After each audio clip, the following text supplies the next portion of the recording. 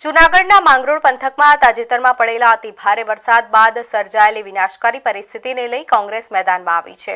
ભારે વરસાદના કારણે ખેડૂતોના ઊભા પાકને વ્યાપક નુકસાન થયું છે, જ્યારે અનેક પરિવારોના ઘરોમાં પાણી ઘૂસી જતા ઘરવખરી, અનાજ, ફર્નિચર સહિતનો માલ સામાન બરબાદ થયો છે। આ પરિસ્થિતિને ધ્યાનમાં રાખીને કોંગ્રેસના આગેવાનો અને કાર્યકરોએ માંગરોળ મામલતદારને આવેદનપત્ર પાઠવી અસરગ્રસ્તોને તાત્કાલિક રાહત અને સહાય આપવાની માંગ કરી હતી।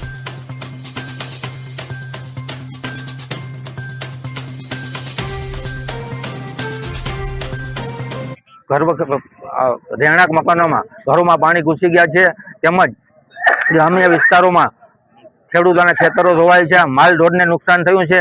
તો એના માટે વહેલી તકે તાત્કાલિક આ નુકસાનીની સહાય માટે અમારી વાત સરકાર સુધી પહોંચાડવા માટે આજરોજ અમે આવેદનપત્ર આપ્યું છે। કોઈ એવી સોસાયટી કે ગલી કે મોહલ્લો બાકી નથી કે જ્યાં મકાનમાં પાણી ઘૂસ્યા ના હોય, એટલે અમારી સરકારશ્રીને વિનંતી છે એ માટે જ અમે અહીંયા આવેદનપત્ર આપવા આવ્યા હતા કે તાત્કાલિક ધોરણે આ લોકોનું સર્વે કરવામાં આવે અને જેઓને નુકસાન થયું છે તેઓને નુકસાનની ભરપાઈ કરવામાં આવે।